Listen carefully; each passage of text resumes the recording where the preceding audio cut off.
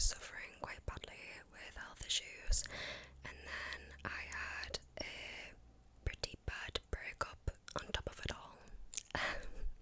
We won't talk about it, but I just wasn't in a very good place, and I didn't want to keep making content just for the sake of making content and the quality be diminished just because I was trying to get videos out there. So I took a break. I'm sorry that it's been so long. I just didn't have any clue of when I would be ready to be making videos again for you guys, and I didn't want to give you any sort of false hope. At first I did think it was going to be a short break, so at one point I did put in like the community posts that I was going to upload again pretty soon, but that didn't happen just because again life got in the way. So I thought, right, let's take a complete step back, get everything in order. So that's why I haven't been updating you guys at all, because like I said, I just didn't have any sort of time scale or time frame in mind, and I didn't want to keep promising you guys when I would be back for me to then just fall back on that promise again. But big apologies. Thank you so much for sticking by me, because I honestly thought that I would just lose all of my progress with the channel. I thought my subscribers would all sort of just drop off off a cliff, but strangely we actually have more subscribers now than I did when I paused making my videos, which is crazy. So big thank you to you guys, and please don't think that I haven't been paying attention and reading all of your lovely comments and messages. Again, I just didn't want to reply because I didn't want you guys thinking that I was going to be back sooner, but I have been reading all of those lovely comments, and it's really kept me motivated, and it's only made me want to resume making my videos more. It was just a case of life getting in the way, and yeah, but anyway, we are back now, and I thought that we should kick things off with a True Crime Tuesday. Just a little note on my schedule. For the time being, I am working full time at the moment alongside doing this. So to begin with, and just to get back into the general swing of things, I'm just going to be posting one true crime video a week, and that will be on the usual Tuesday. And then when I can, I'll start implementing more content and more kinds of content, if and when I can. But for now, it's better than nothing. It's gonna get me back into just the creativity of making my videos and the schedule and routine. It's the word I was working for. Routine of making my content, because she's feeling pretty rusty. Okay, I have not done this for a long time, so you're gonna have to bear with us. We're in a new setting and everything. This is my room. I don't know what you guys think about the backdrop. Let me know if anything's a bit too distracting, if there's anything I could improve. It's the first time I've used my room. My room is also very small, so she's pretty limited as to where I can actually physically film, but we're working on it. But for the time being, hopefully it's okay. But yeah, enough of me ranting, because that's not why you're here. We'll jump straight into the video, but first of all, a quick disclaimer. If you have watched my videos before, then you know I like to include as much detail as possible. This is a true crime video at the end of the day, so we are going to be talking about some very sensitive subject matter. I do like to include as much detail as possible, just so that I can remain true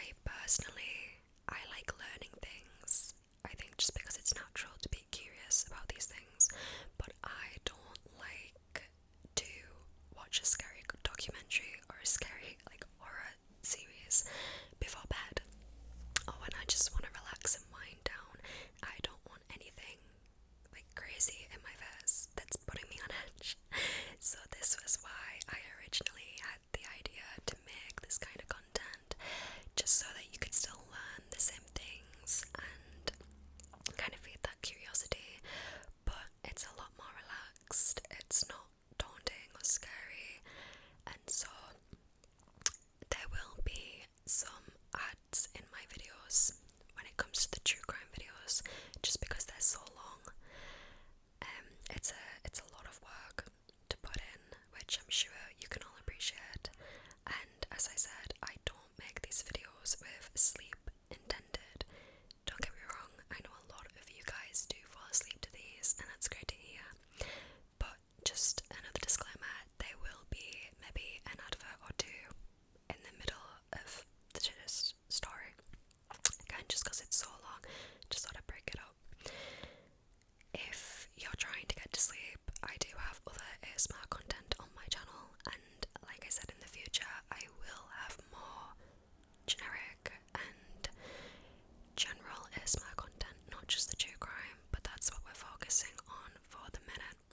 Again, I don't want to rant. I just want to make you guys very aware of why I make this content, and that, yeah, there will be some adverts, because I know that can frustrate some people. So just a little heads up, if you're trying to sleep, save this video, don't watch it now. That's what I'm trying to say. Anyway, I thought we would kick things back off with a very infamous and unsolved true crime case. I'm sure that you all will know it. If not, then you'll know it by the end of today's video. And that is the Zodiac murder, or murders, should I say. Okay, that is what we are going to be kicking off, or should I say resuming our series with. So, there was a killing that took place in June 1963, and it is thought to be potentially the very first murder that the Zodiac killer ever committed. It happened at Taigas Point in California. Again, bear with me. You guys know, if you've seen my videos before, I always manage to butcher pronunciations. But yeah, just bear with me if I say anything slightly wrong. Feel free to correct me. But this murder happened at Taigas Point in California, which is about 25 miles west of Santa Barbara. Linda Edwards and her boyfriend Robert Domingos both attended Long Park High School, and they decided on the 3rd of June 1963 to ditch class and go to Taigas Beach. They found a secluded area so that they could relax together and enjoy their day. However, neither of them then returned home that evening. Their parents obviously started questioning if anybody had seen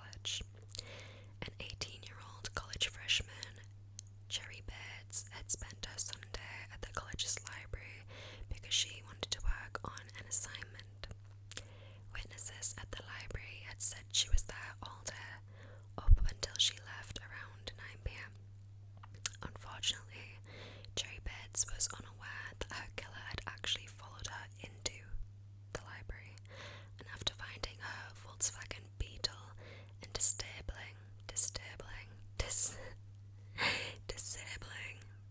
words, its ignition, wiring, and the distributor, it would no longer work.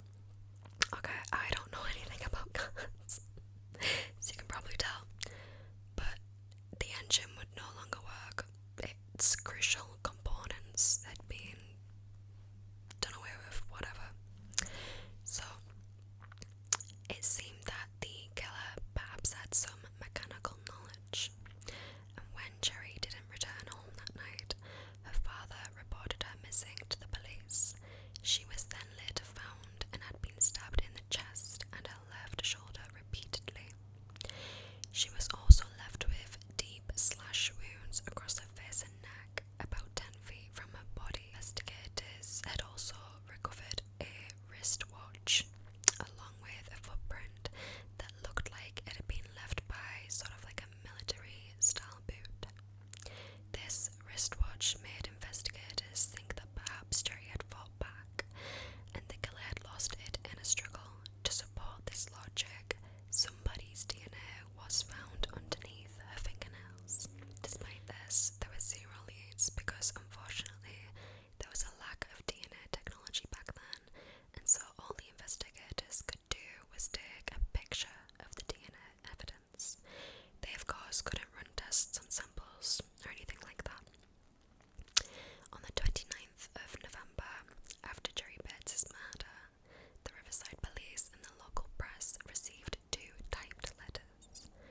Whoever had written these letters had alluded to the idea that Cherry Bates must have been lured from her vehicle before then being murdered. In these letters, the killer, who we think and can imagine had written these letters, goes into great detail about how they had disabled her car, then had watched her repeatedly struggle to turn on the ignition until her car battery had died. Then they described walking up to her car, knocking on her window and asking her if she was needing help. They had then managed to lure her from the car. In this letter, they also stated that after walking with her a short distance from the vehicle, they told her, quote, "It's about time." And then she questioned them, about time for what? Which they replied to, about time for you to die. Again, this case brought plenty of press coverage and attention from the media, but the police still had no leads to go off. In April 1967, the Riverside Police and Cherry's father both received handwritten letters. On a single piece of paper, it was written, "Bates had to die, there will be more." Now at the bottom of this letter, there was like a strange character written, which seemed to either be the number 2 or potentially the letter Z. This at the time was considered to just be a very distasteful hoax, and the police didn't think this letter really meant anything. They hadn't looked at it as a true and potential warning. They just sort of ignored it and went about their investigation. Again, Cherry Bates' murder sadly remained unsolved also. But like the murders of Linda Edwards and Robert Domingos, people believed many years later that they had been the initial killings of somebody who would later become the infamous Zodiac killer. Looking back, they thought that that strange character, the 2 others said, written in the letter must have been the Zodiac killer trying to figure out how he would sign all of his messages and what his signature would be. 2 years later, on the 20th of December 1968, in Benicia, I think it's pronounced, California, there had been another tragic attack. Now Benicia is part of the San Francisco Bay, and it's considered to have quite a bit of historical charm. There is a lake called Lake Herman, and it serves as a big reservoir, and it attracts many nature lovers. Teenagers would often hang around here at the time because they liked how hidden and secluded it also was. So on the night of the 20th of December,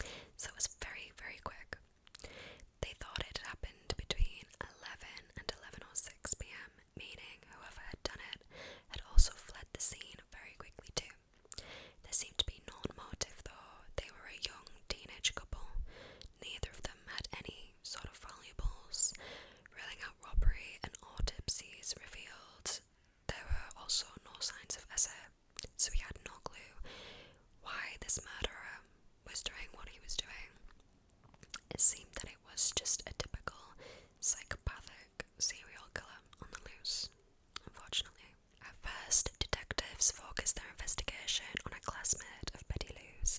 His name was Ricky.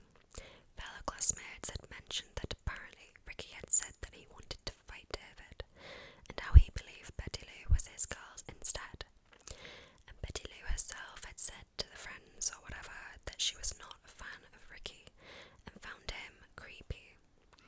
According to Betty herself, Ricky would have a habit of driving by her house at night, so she made sure to keep her curtains closed because Ricky was a pervert, basically. So within reason, Ricky was investigated and questioned, but nothing out of the ordinary jumped out at police officers. Besides this really creepy fixation for Betty, he apparently hadn't been a real threat. Because, stalking a girl's window every night is perfectly normal behaviour. But regardless, Ricky was redeemed as normal by investigators. So, this double murder that had taken place at Lake Herman was thought to have been the work of a complete stranger, and the attack on David and Betty had been completely random too. They were tragically just in the wrong place at the wrong time. Again, the media covered the story plenty, but nothing led to anything, and the investigation was at yet another standstill. However, 7 months after these killings, and less than 4 miles away, this case took an abrupt turn. It was the 4th of July, 1969, in Vallejo, again in California, not too far from Benicia either. 22-year-old Darlene Ferrin and her friend, 19-year-old Michael Mago, I think it was pronounced Mago. I did this research for this case a little while back ago, so now I can't quite remember how his name was pronounced. I do apologise, but I want to say it's Mago. They were sitting in Darlene's brown Corvette in the car park in Blue Rock Springs Park. Now, Darlene was married and she was a new mom. Her life had really just begun for her, and she was very popular at the diner she worked at. She was a very loved, well member. She was a very well loved. I'm rusty, remember? Okay, bear with me. But she was a very well loved member within her community. It was said that she had met Michael at the diner where she worked, and so this was the reason the two of them became friends. Supposedly, her husband was working that evening, so Darlene had instead asked Michael if he wanted her to join her at the cinemas instead, or if they just wanted to go and get something to eat with her after she finished her shift. He agreed, and so Darlene picked him up, and she had also mentioned that she wanted to talk to him about something. So the two of them, they go and they sit in this car park. When first arriving, there were other people in the same area, but as the evening progressed into night, the other cars had left the premises, leaving just the two of them alone in this car park. At this point, it was almost midnight, and another car pulled up into the car park about 6 to 8 feet away from their own car. On the left side of Darlene's Corvette is where this mystery car decided to pull up. So Michael turns to Darlene and asks her if she has any idea who this other person in this car is. But she brushes off his question and says, "Oh, never mind." But before Michael could ask her what she meant by this, the other car reversed back and sped off, which seemed, of course, very odd. Then, not even 5 minutes later, this same car had returned. This time, it pulls up on the right side of Darlene's car and about 10 feet back. Again, very odd behaviour. Its driver then steps out of the vehicle and is holding a bright flashlight, shining it into Darlene's car at the two of them sitting there. He then begins walking silently up to the passenger side door. Michael assumes at this point that it's probably a police officer, just wondering what the two of them are doing in the car park at that time of night. So he begins to reach for his wallet and ID from his pocket, but then Michael hears a muffled sound and feels a sudden burning sort of pain in his neck and back. Then he realises that he has been shot. He tried to scramble over the back seat to get away from the gunman, and while attempting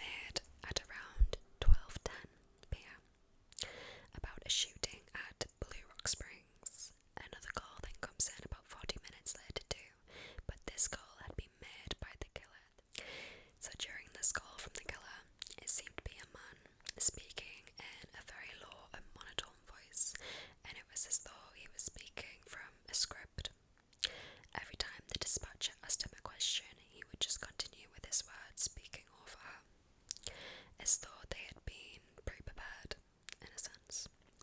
He was calling to report the murder. He then gave directions and said that the police will find kids in a brown car, that they had been shot with a 9mm Luger, and he admitted that he was indeed responsible for this attack. But he also ends the call on a very alarming note and tells the dispatcher, "Oh yeah, I also killed those other kids last year." Here he was referring to the Lake Herman road murders. Police were able to trace this call, and they found that it had been made at a payphone outside of a petrol station, which was actually not very far at all from the Vallejo Police Department. Again, very ballsy of this murderer to not only phone the police, but to also phone the police using the telephone box, which is like right under their noses. Crazy guy. So when investigators got down there though, the phone booth had clearly been wiped down, and so no fingerprints could be found. There was again no evidence. In the meantime, police had gone down to the crime scene, where it was determined that 9 shots had been fired altogether and 7 casings had been retrieved. Sadly, Darlene went on to pass away, while Michael was taken to the hospital and he survived. He was therefore able to give an accurate description of this murderer that was on the loose. He had said that their attacker was around 5'8", extremely heavy-set, but not in a quote, blubbery fat way. He estimated that he had to be around 195 pounds, and he also had a very large face. So at this point, the police realised that they had, a complete psychopath on their hands to deal with. The local papers were reporting on the attacks in hopes of helping to find the killer. As with most murder cases, these media reports of course led to rumours, but no clear-cut leads or any information truly of use. 1 month after this attack, the killer resurfaced, but this time he made contact through letters. 3 Bay Area newspapers had each received a handwritten letter with a separate message, and these messages all seemed depicted in some sort of secret code. One of these letters had gone into great detail about the attack which happened on the 4th of July. The letter mentioned how the couple were sitting inside a car, how Michael had jumped into the back seat to get away from the attacker, and the attacker also commented that he hadn't left the crime scene with squealing tyres, as the Vallejo paper had described. He instead said that he actually drove quite slowly, so as to not draw attention to his car. These letters consisted of information that was therefore not publicly known, so it was most likely that the writer of said letters was indeed this killer on the loose. Alongside these letters were the ciphers, which consisted of lots of different shapes and sort of doodles. It was a code, some sort of puzzle that the killer was using to communicate. Along these symbols, one stood out to be his signature symbol. It was a circle with a cross through it, and it looked just like a gun crosshair. So if the Zodiac murderer did kill those initial victims, he obviously hadn't figured out his signature by that point, because he was using that strange number 2 Z kind of thing. But going forward, this gun crosshair logo, signature, symbol, whatever you want to call it, would be the way that he would mark, I guess, his work going forward. The writer had said that if authorities were able to crack this code, it would reveal exactly who he was, and that they would have their killer. It seemed like a twisted game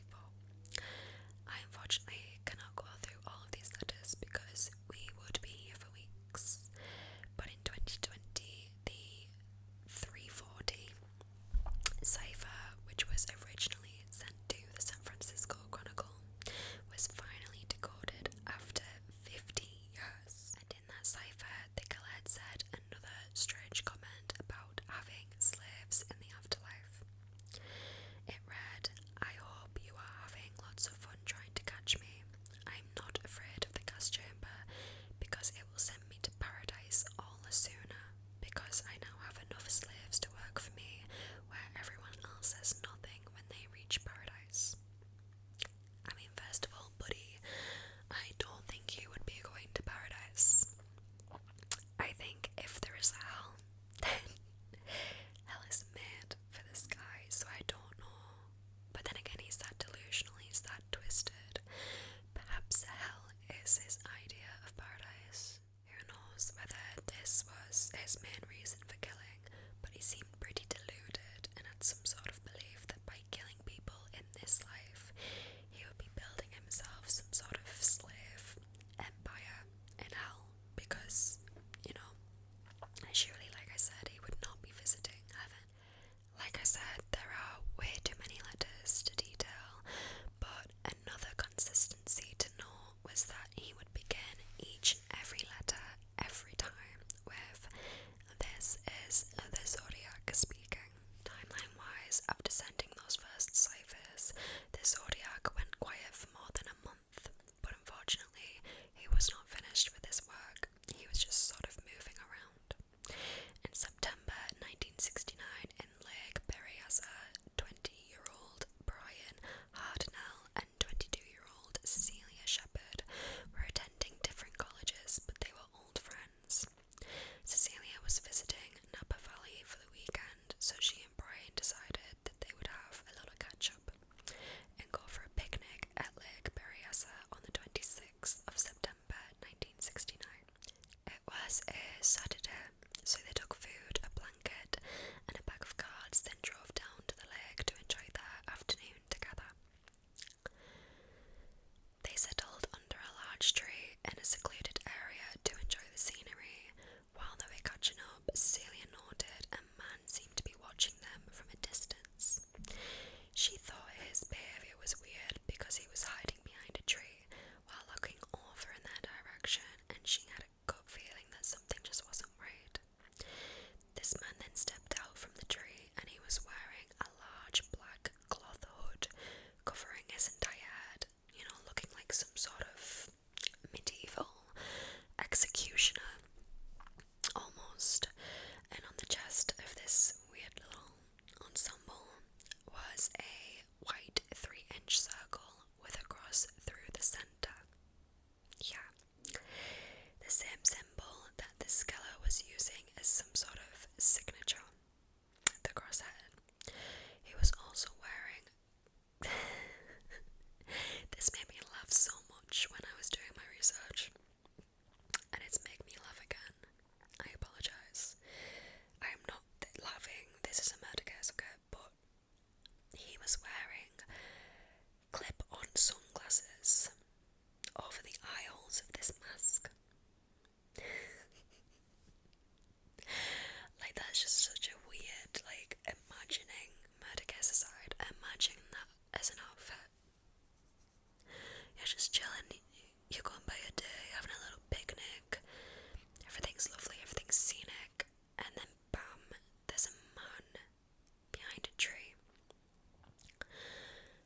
wearing some crazy get-up along with clip-on sunglasses. You know, you gotta protect the eyes. Can't forget your sunglasses, bro. I don't know.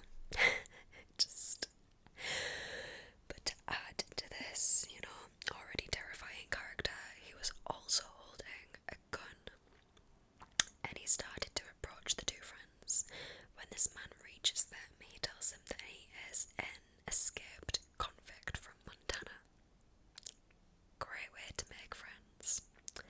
And that he had just killed a prison guard. He then told Brian to give him his car keys and money because he was fleeing to Mexico. So Brian tries to talk to this man. Not the best idea. In an attempt to build, you know, some sort of rapport to keep the situation nice and calm. Brian explained that he didn't have any cash, but to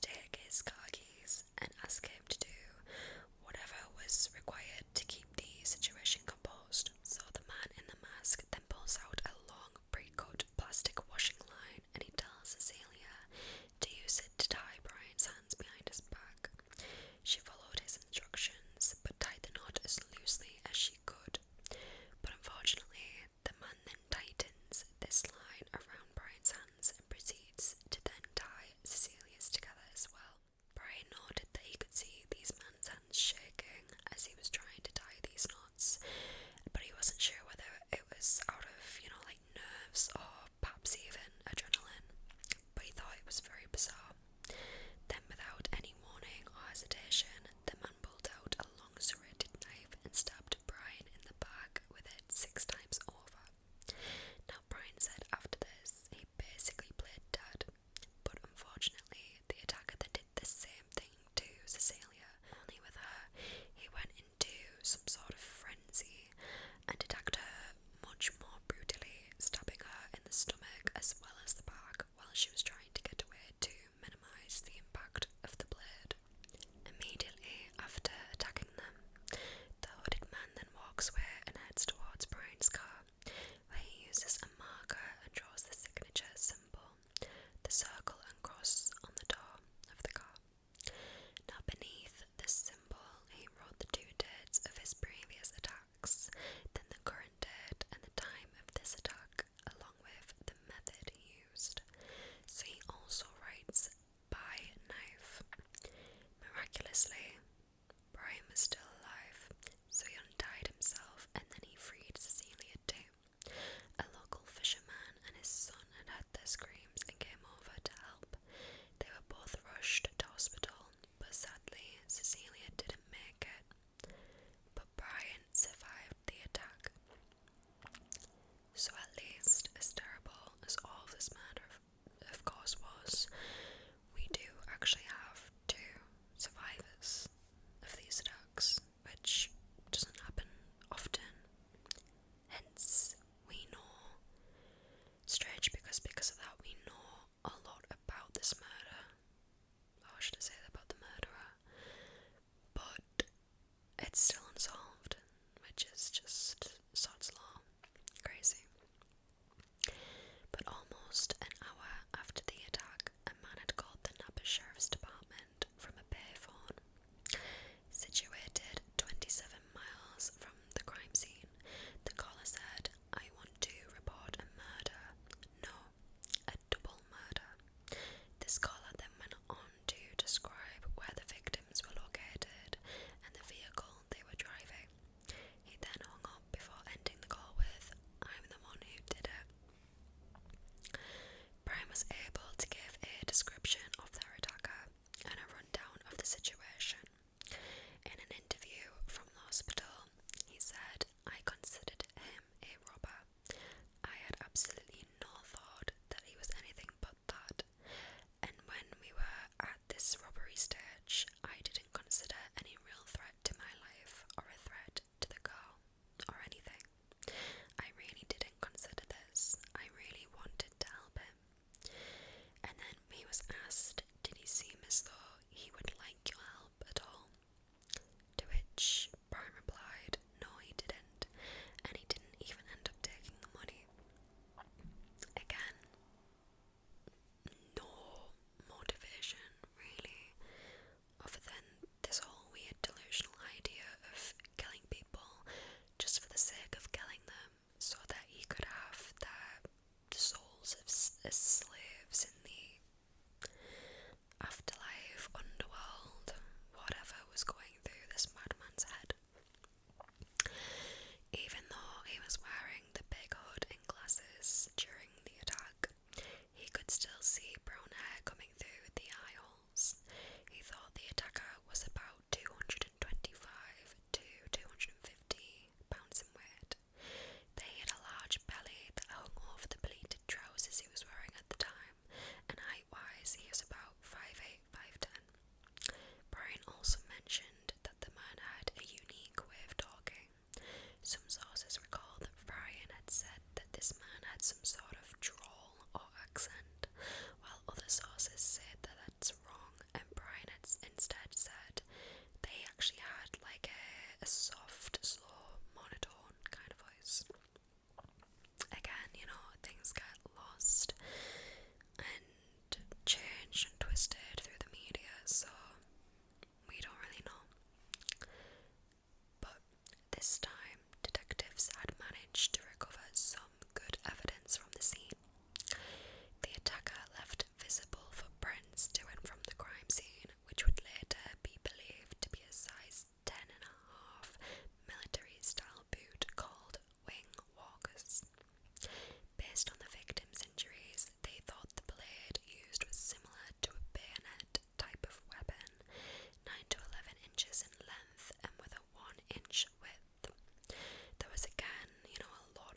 press and media coverage following the attack, but this led to no helpful leads or a direction for the police to sadly follow. 2 weeks later, after the Lake Berryessa attack, on Saturday, the 11th of October 1969, 29-year-old Paul Stein, a taxi driver, receives a call to pick up a passenger and drop them off at a wealthy San Francisco neighborhood. Presidio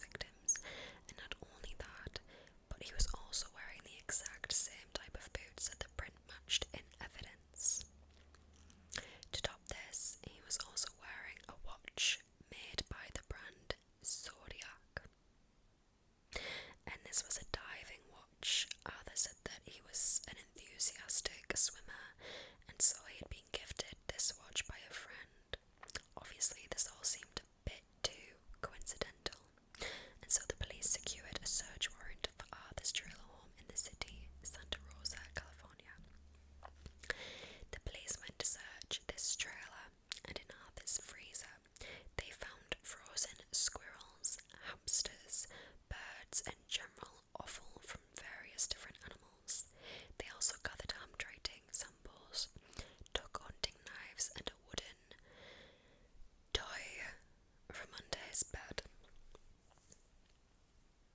I mean, yeah, I think you know what I mean by that. You do you, Arthur. But for some odd reason, yeah, they took this into evidence as well. They took another pair of boots that again matched the print left at the crime scene. But unfortunately, no concrete evidence was discovered to link Arthur directly to these murders. These boots were very commonly worn in the military world, so anybody who had served or come from that sort of military background would be likely to own them. They were able to call him a weirdo, but not a definite murderer. For this reason, Arthur's name was never publicly released, but time passed and more letters and ciphers were being written by the Zodiac to further ridicule the police. Everyone was trying their best to help, so the authorities had a huge list of potential suspects at this point. They were receiving all sorts of calls from the public about their suspicious neighbours and the local creeps in their areas, but again, there was still no true suspects or potential strong leads. Then, out of nowhere, the letters and ciphers had stopped being sent. Years went by and there'd still been no effort from the Zodiac to communicate, and there were no more brutal murders either. The Zodiac's silence lasted from 1974 until 1977, giving the public and authorities hope that this horror was finally over. But then in April 1978, the San Francisco Chronicle received another mysterious letter which claimed to be from the Zodiac again. So this letter was received on the 24th of April, and it is often referred to as the Zodiac's hoax letter, because the original investigators on the case didn't believe that the letter seemed to be truly written by the same person as the previous ones. He began with his usual greeting. They were referring to people as pigs, and said they believed they had control of all things. It also said that they were waiting for a good movie about them, and were wondering who would be playing the role. San Francisco authorities and the FBI believed that this letter had instead been written by somebody who was trying to revive an interest in the case, because the handwriting didn't match previous written communication. Other people who had been studying and following progress on the case also seemed very skeptical about this letter. But there were still plenty of people who thought it seemed legit. They thought, years had passed, so perhaps his handwriting was slightly different now. It had just changed over time. There were lots of mixed opinions about this letter overall. Again, years went by, but in 1990, a man named Ralph Spinelli, who had a background in organised crime, was facing multiple armed robbery charges, but he said he knew who the Zodiac killer was and was willing to share this information with the police if they could work out a deal to reduce his own sentence. He told investigators that a man he met a while back called Arthur Lee Allen, had confided in him about plans to go to San Francisco to kill a taxi driver. Very, very strange coincidence. And it wasn't long after this interaction with Arthur that the murder of Paulstein then took place. Now this was interesting to investigators because, again, Arthur's name was never revealed to the public, and now this was the second person who had called him the Zodiac. Just 1 month after Ralph Spinelli came forward with this tip-off, authorities managed to secure another search warrant for the home of Arthur Lee Allen. This happened in February 1991. At this point, Arthur was living in the basement of his mother's home, and when the police searched this basement, they found some very interesting items. During the search, 4 pipe bombs, various explosives, a primer cord, and 7 train track torpedoes were found, alongside newspaper clippings of all of the Zodiac's media coverage. There were also multiple drawings for blueprints and designs for making bombs, similar to the ones drawn by the Zodiac.